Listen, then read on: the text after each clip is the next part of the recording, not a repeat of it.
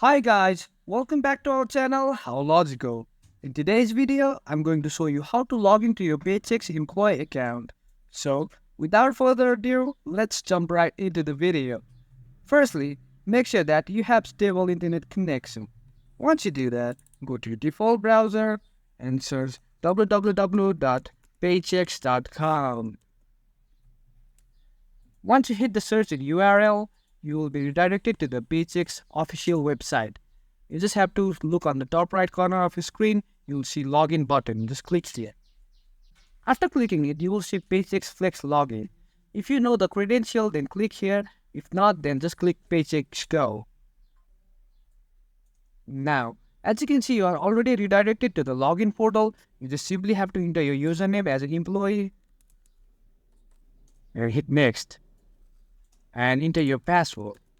And you can simply log in here and enjoy using Paychex. In case you forgot your username or password, you can click here and reset it. That's it for today guys. If you find this video helpful, then don't forget to give thumbs up, comments and feedbacks are appreciated, subscribe to our channel and don't forget to hit the bell icon so that I can come up with new videos like this. Until then, have a good time.